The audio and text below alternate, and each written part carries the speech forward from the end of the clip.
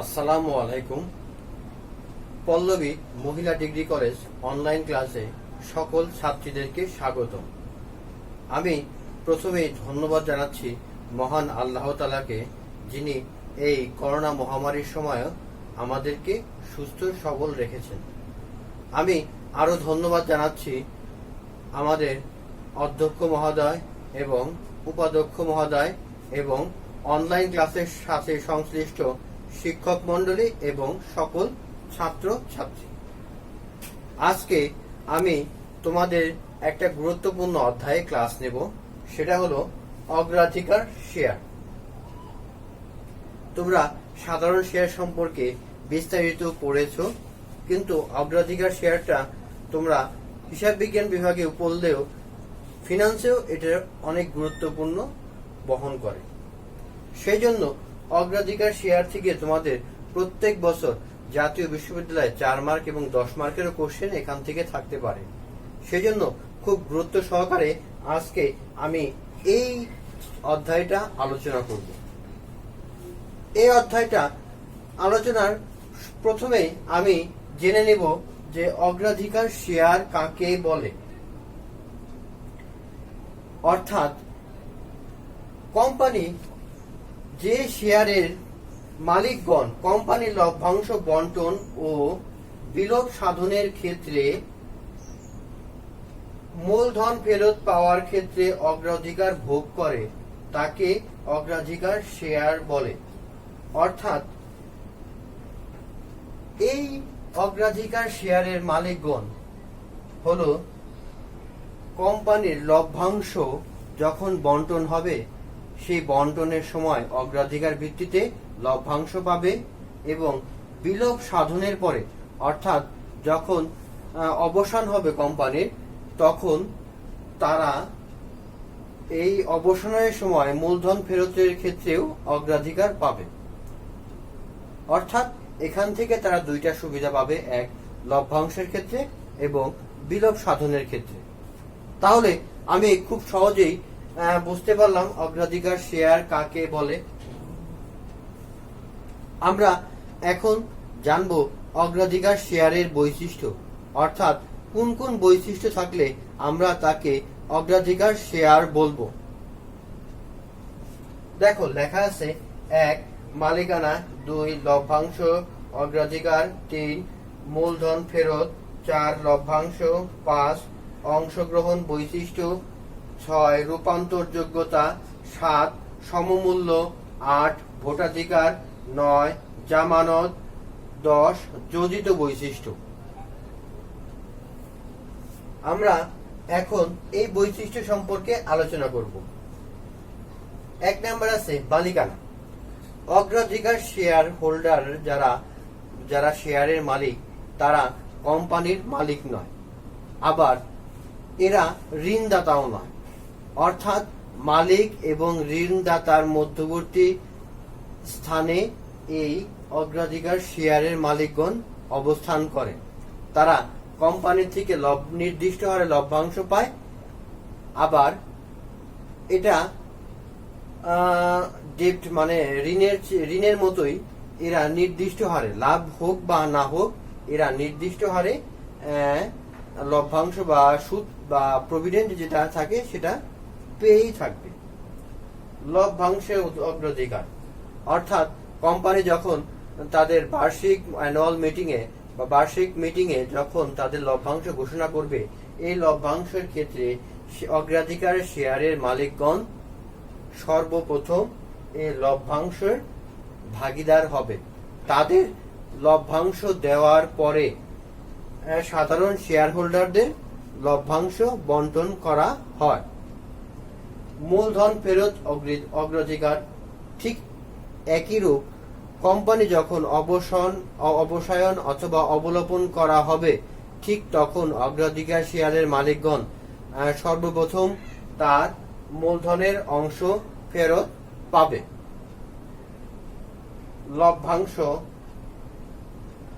লভ্যাংশটা হলো অগ্রাধিকার শেয়ারের মালিকগণ লভ্যাংশ নির্দিষ্ট হারে পেয়ে থাকবে। অর্থাৎ যদি কোনো বছরে যদি লভ্যাংশ না অর্জিত হয় তাহলে সেটা পরবর্তী বছরের সাথে সমন্বয় করা হবে। লভ্যাংশের ক্ষেত্রে অগ্রাধিকার শেয়ারের মালিকগণ সর্বপ্রথম সুবিধা ভোগ করবে। অংশগ্রহণ বৈশিষ্ট্য একটা খুবই গুরুত্বপূর্ণ বৈশিষ্ট্য।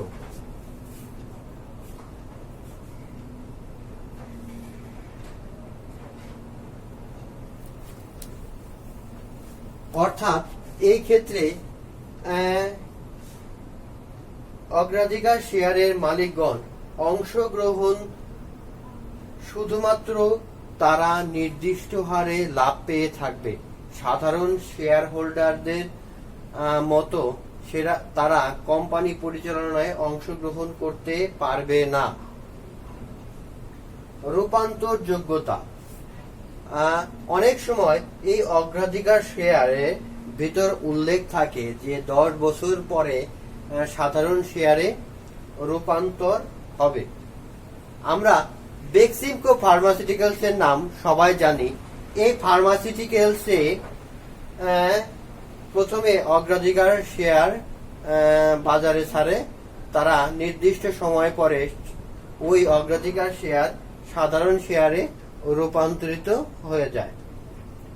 সমমূল্য, অর্থাৎ একটা শেয়ারের মূল্য যে পরিমাণ হবে অগ্রাধিকার শেয়ারের মূল্য ঠিক একই পরিমাণ হবে, এটাই হলো সমমূল্য। ভোটাধিকার, অগ্রাধিকার শেয়ারের মালিকগণ কোম্পানি পরিচালনার ক্ষেত্রে ভোটাধিকার প্রয়োগ করতে পারে না, কারণ তারা কোম্পানির মালিক নয়। শুধুমাত্র শেয়ার হোল্ডাররাই এই কোম্পানির পরিচালক নির্ধারণ করার ক্ষেত্রে ভোটাধিকার প্রয়োগ করতে পারে। 9 নাম্বার, জামানত। জামানত একটা খুবই গুরুত্বপূর্ণ বিষয়।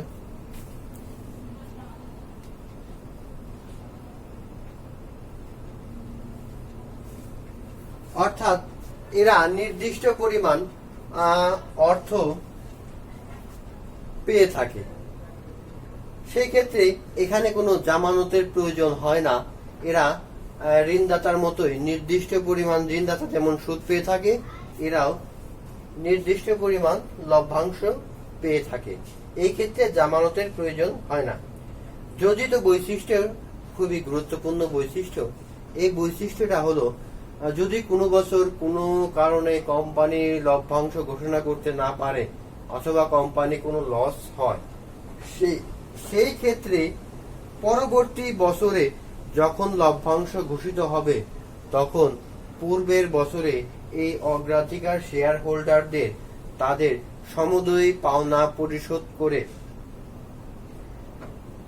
পরবর্তীতে সাধারণ শেয়ার হোল্ডারদের মাঝে লভ্যাংশ বন্টন করা হয়। অর্থাৎ কিউমুলেটিভ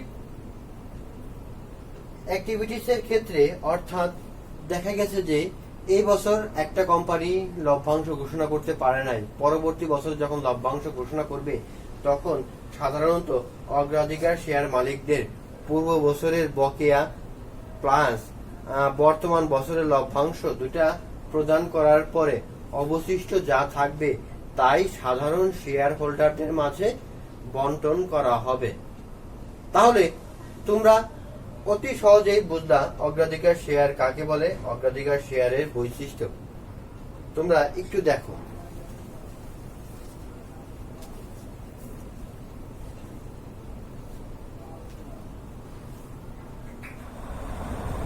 এখন আমরা পড়ব অগ্রাধিকার শেয়ারের প্রকারভেদ, অর্থাৎ অগ্রাধিকার শেয়ার কত প্রকার।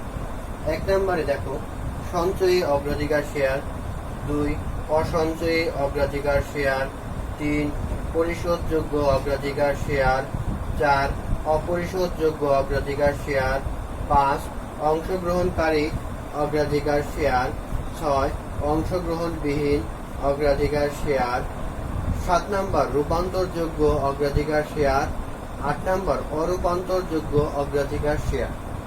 এগুলোর বিস্তারিত আমরা এখন আলোচনা করব। সঞ্চয়ী অগ্রাধিকার শেয়ার বলতে আমরা সেই অগ্রাধিকার শেয়ারকে বুঝাবো যে অগ্রাধিকার শেয়ারের ভিতরে যদি কোনো বছর কোম্পানি মুনাফা দিতে না পারে তাহলে পরবর্তীতে পরবর্তী বছরে যখন মুনাফা হবে তখন বিগত বছরে এই মুনাফা সহ এই অগ্রাধিকার শেয়ার হোল্ডারদের মুনাফা প্রদান করা হয়। অর্থাৎ যদি কোনো বছর কোম্পানির লাভ হলো না তখন অবশ্যই লভ্যাংশ দেবে না, কিন্তু যখন পরবর্তী বছরে যদি লভ্যাংশ অর্জিত হয় তখন তাকে এই বকেয়া সহ লভ্যাংশ প্রদান করতে হবে। অসঞ্চয়ী অগ্রাধিকার শেয়ার এটা হলো এই ক্ষেত্রে কোম্পানির যদি মুনাফা অর্জিত না হয় সেই ক্ষেত্রে কোম্পানি বিগত বছরের বকেয়া কখনোই এই লভ্যাংশ প্রদান করবে না এই অসঞ্চয়ী অগ্রাধিকার শেয়ারের ক্ষেত্রে। পরিশোধযোগ্য অগ্রাধিকার শেয়ার অর্থাৎ যে অগ্রাধিকার শেয়ারের মূল্য অবশ্যই পরিশোধ করতে হবে সেটাই পরিশোধযোগ্য। অর্থাৎ এই পরিশোধ করার ফলে যে এরা বকেয়া সহ লভ্যাংশ অবশ্যই পাবে। অপরিশোধযোগ্যের ক্ষেত্রে অর্থাৎ এখানে লভ্যাংশ পরিশোধ নাও করতে পারে, যদি কোনো বছর লভ্যাংশ না হয় তাহলে কোম্পানি লভ্যাংশ পরিশোধ করবে না। অংশগ্রহণকারীরা সাধারণত শেয়ার হোল্ডাররা যে পরিমাণ লভ্যাংশ পেয়ে থাকে এই অংশগ্রহণকারী অগ্রাধিকার শেয়ার হোল্ডাররা ঠিক সেই পরিমাণ লভ্যাংশ পেয়ে থাকে, অর্থাৎ শেয়ার হোল্ডারদের সমহারে। আর অংশগ্রহণবিহীন এই ক্ষেত্রে অংশগ্রহণবিহীন হলো যে ক্ষেত্রে কোম্পানি নির্দিষ্ট হারে লভ্যাংশ পাবে। অর্থাৎ যদি কোনো বছর অত্যাধিক লভ্যাংশ প্রদান করা হয় সেই ক্ষেত্রে তারা নির্দিষ্ট পরিমাণ লভ্যাংশই পাবে, শেয়ার হোল্ডারদের মতো বেশি পাবে না। রূপান্তরযোগ্য অগ্রাধিকার শেয়ার এই শেয়ারের ক্ষেত্রে নির্দিষ্ট বছর উল্লেখ করা থাকে, এই বছর পরে এটা সাধারণ শেয়ারে রূপান্তর হবে। বাংলাদেশে বেক্সিমকো ফার্মাসিউটিক্যালস লিমিটেড 10 বছর মেয়াদী অগ্রাধিকার শেয়ার যে শেয়ারগুলো বাজারে ছেড়েছিল তা 10 বছর পরেই সাধারণ শেয়ারে রূপান্তর হয়ে যায়।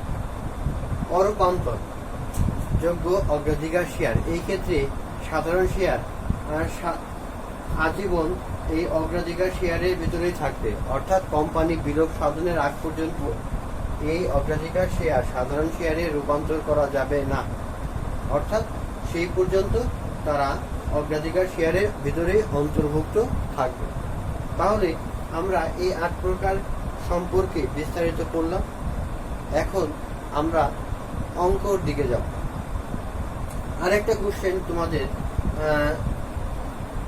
2 মার্ক অথবা 4 মার্কের জন্য আসে, সেটা হলো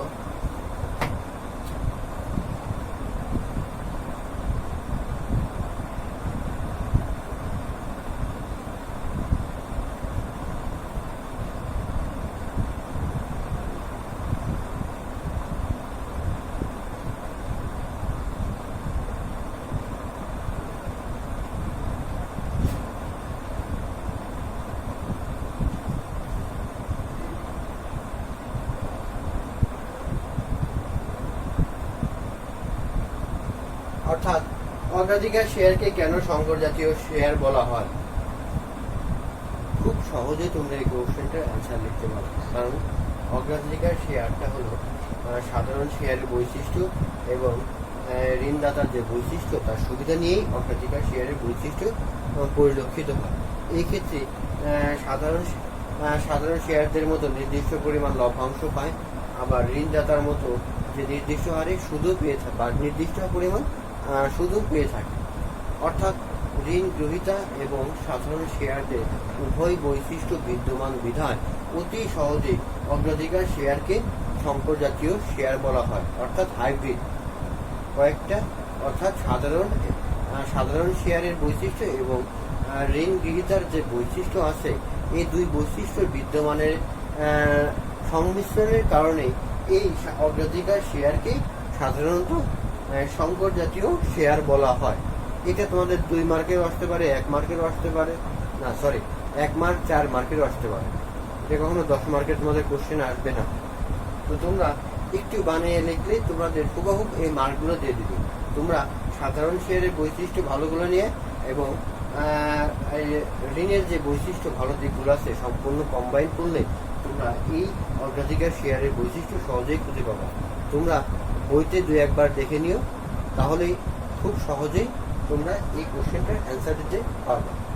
এখন আমরা দেখব সাধারণ অগ্রাধিকার শেয়ারের যে অঙ্কগুলো আছে সেই অঙ্কগুলো দেখব।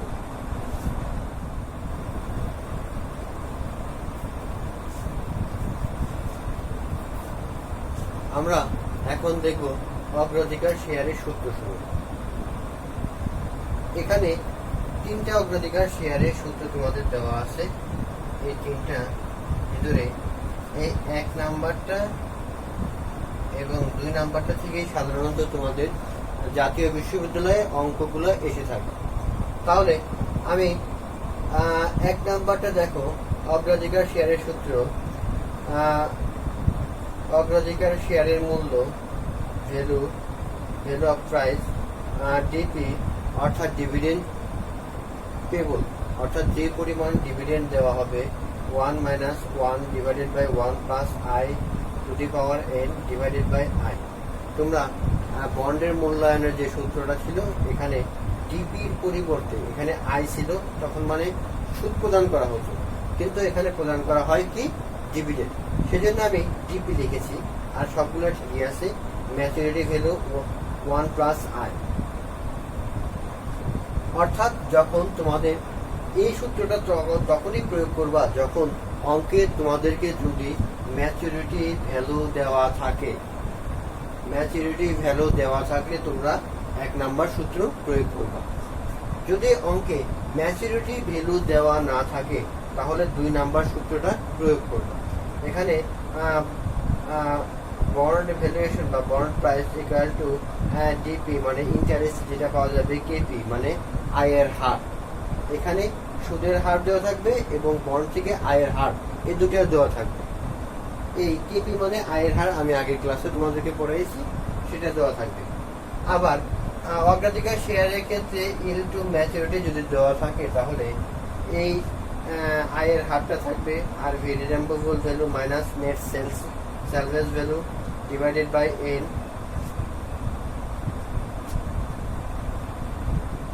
divided by RV minus NSV divided by 2 multiple 100। অর্থাৎ তোমাদের এই ক্ষেত্রে আগের যে yield to maturity যে অঙ্কগুলো আমি করিয়েছিলাম, সেই yield to maturity ক্ষেত্রে এখানটা খালি সুদের পরিবর্তে আয়ের হারটা দেওয়া থাকবে। অর্থাৎ এই তিনটার ভিতরে প্রথম দুইটা অঙ্ক খুবই কমন। এই দুইটা অঙ্ক সাধারণত তোমাদের বোর্ডে আসে, 3 নাম্বারটা খুবই কম আসে। একবার সম্ভবত আসছিল, সেটা হলো ফিনান্স ডিপার্টমেন্টে। তোমরা একটু ভালো করে দেখো।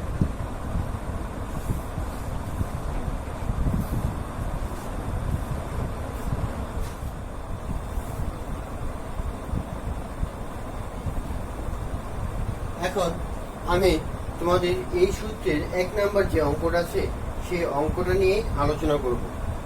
আগে অঙ্কটা পড়ি, বুঝি, তারপর অঙ্কটা করি আমরা। দেখো, Mr. X has a 10% preferable stock redeemable after 12 years, having face value of taka 1000. The yield of the type of preferred stock is 30%. Find out the value of the bond. অর্থাৎ আমাদের এই প্রেফারেড স্টকের বন্ডের যে ভ্যালুটা আছে সেটা বের করতে হবে। অর্থাৎ আমরা এটা কোন সূত্র ব্যবহার করব? যেহেতু ফেস ভ্যালু 1000 টাকা, অর্থাৎ ম্যাচুরিটি ভ্যালু 1000 টাকা দেওয়া আছে, তাহলে আমরা 1 নাম্বার সূত্র ব্যবহার করব। আমি এর আগেও বলেছি যে যদি অঙ্কে ম্যাচুরিটি ভ্যালু দেওয়া থাকে তাহলে আমাদের 1 নাম্বার সূত্র ব্যবহার করতে হবে। তাহলে আমরা বলতে পারি উই নো দ্যাট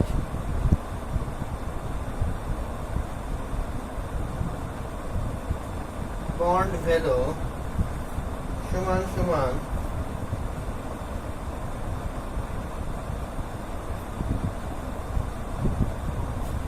ব্র্যাকেট 1 10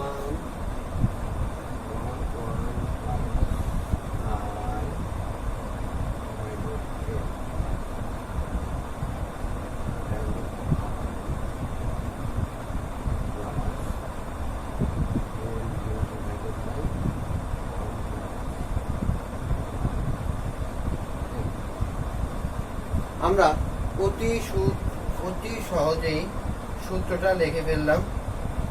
এখন সূত্র অনুযায়ী আমরা এখন মান বসাবো, অর্থাৎ হেয়ার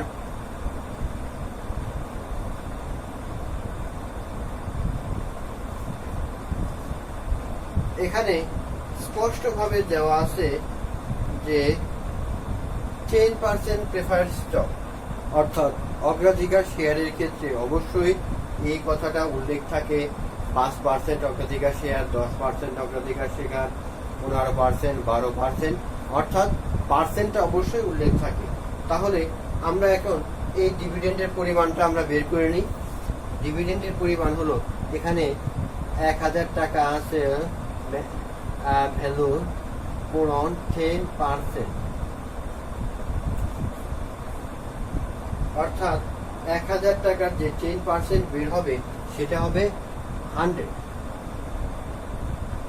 অর্থাৎ 100 প্রতি বছর বা লভ্যাংশ সময়ে এই কোম্পানি শেয়ার হোল্ডারকে 10% সুদ তাকে বা 10% ডিভিডেন্ড তাকে দিতেই হবে। তারপরে আছে আয় 13%, এটাকে আমরা এভাবেও লিখতে পারি। তারপরে আছে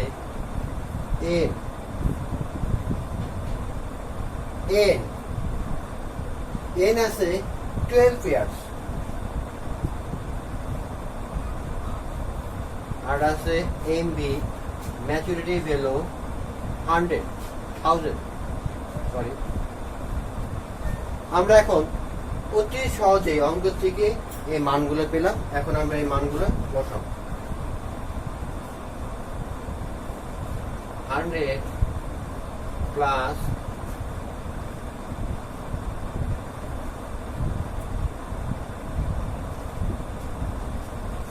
1 minus 1 plus 0.13 to the power 12, 0.13 plus MB আছে 1001 plus 0.13 to the power 12। আমরা সহজেই মানটা বসালাম। মান বসানোর পরে এখন আমরা কি করব, সায়েন্টিফিক ক্যালকুলেটরের সাথে যদি আমরা এইটা আর এইটার সমাধান করি তাহলে আমরা সহজেই পাই, এইটুক সমাধান করার পরে পাই 591.77 প্লাস এইটুক সমাধান করার পর সায়েন্টিফিক ক্যালকুলেটরের মাধ্যমে আমরা পাই 230.71। এখন এই দুইটা যোগ করার পরে আমরা পাই 822.48, অর্থাৎ এই প্রেফারেড শেয়ারের স্টকের মূল্যটা দাঁড়াচ্ছে 82248 টাকা। আমরা খুব সহজেই সূত্রের মাধ্যমে সূত্র প্রয়োগ করে এই অঙ্কটা সমাধান করে ফেললাম। আমরা এখন 2 নাম্বার অঙ্ক নিয়ে আলোচনা করব।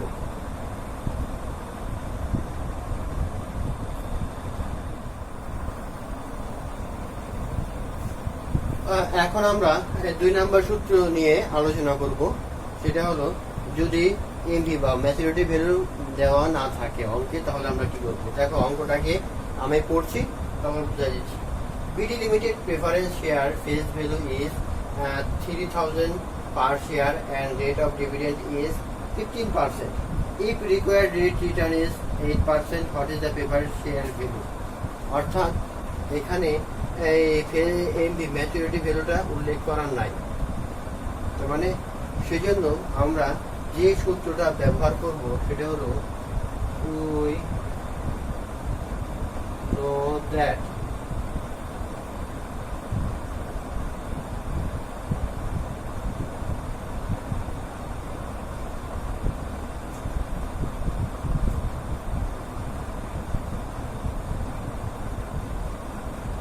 এই সূত্রটা আমরা 2 নাম্বার সূত্রটাই ব্যবহার করব। হেয়ার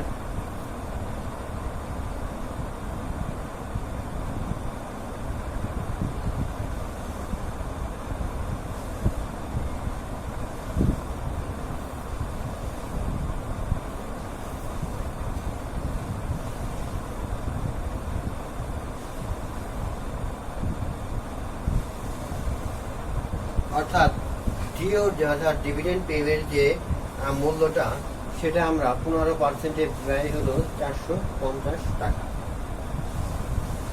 আর কে ই অর্থাৎ রিকোয়ার্ড রেট অফ রিটার্ন এখানে উল্লেখ করা আছে 8%। সমান সমান আমরা এটাকে এভাবেও লিখতে পারি। তাহলে খুব সহজে আমরা এখন মান বসায় দেই।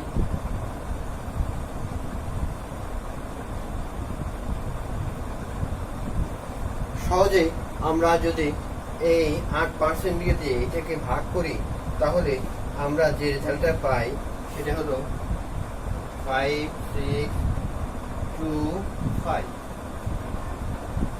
খুব সহজেই আমরা অঙ্কটা করে ফেললাম। এই অঙ্কটা তোমাদের যদি আসে 1 মার্কেরও আসতে পারে, 4 মার্কেরও আসতে পারে। খুব সহজ একটা অঙ্ক, তোমরা অঙ্কটা দেখে কখনোই ঘাবড়াবো না। তাহলে অঙ্কটা একটু লক্ষ্য রাখো এবং অ্যান্সারটা একটু দেখো। আমি সূত্র বসাইছি, মান বের করলাম, মানটা বসে ভাগ দিয়ে দিয়েছি, শেষ। অঙ্কটা খুব সহজই অঙ্ক।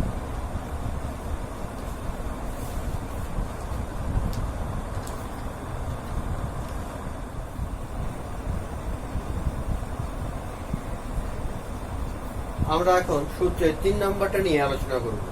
3 নাম্বারটা ছিল অগ্রাধিকার শেয়ারের ইনটু ম্যাচুরিটি, অর্থাৎ মেয়াদ পূর্তিতে যে আয়ের হারটা কত ছিল সেটা আমরা বের করব এই অগ্রাধিকার শেয়ার। একটা অঙ্ক দেখো, এই কোম্পানি 12% প্রেফারেড স্টক সব টাকা 1000 par value currently sold for 900 per share. The stock of redeemable after 13 years. Calculate YTM. অর্থাৎ এখানে yield to maturity আমাকে বের করতে হবে। তাহলে আমরা সর্বপ্রথম এইটা বের করার সূত্রটা আগে লিখি। We know that. আমরা জানি যে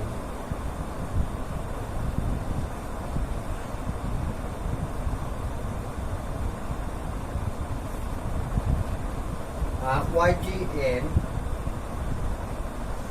equal to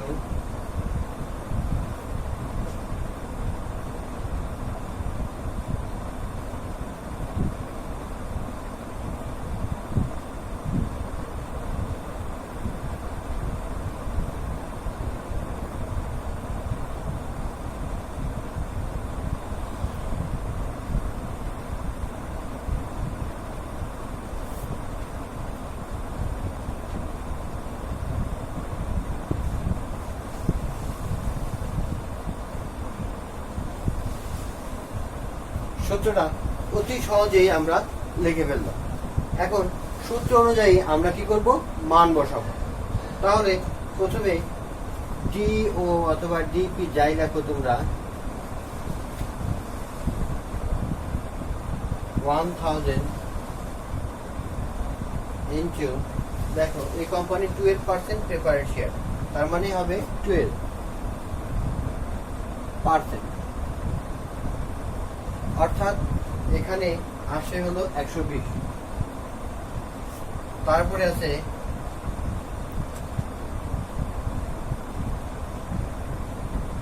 আরভি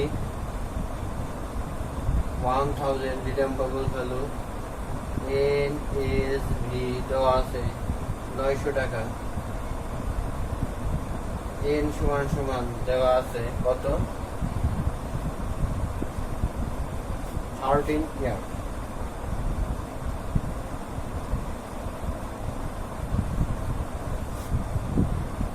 এখন আমরা এই সূত্র প্রয়োগ করলাম। এখন আমরা মান বসাবো। মান বসানোর পরে যোগ বিয়োগ গুণ ভাগ করার পরে আমরা অ্যান্সারটা পেয়ে যাব। 120 1000 মাইনাস 900 ডিভাইডেড বাই n অর্থাৎ 13। নিচে 1000 যোগ 900 ভাগ 2 পুরো। আমরা এইটুক যোগ বিয়োগ, এখন এটা আলাদা যোগ বিয়োগ করব, এটা আলাদা যোগ বিয়োগ করব। তাহলে আমরা এইটুক যোগ বিয়োগ করে আমরা যেটা পাই সেটা হলো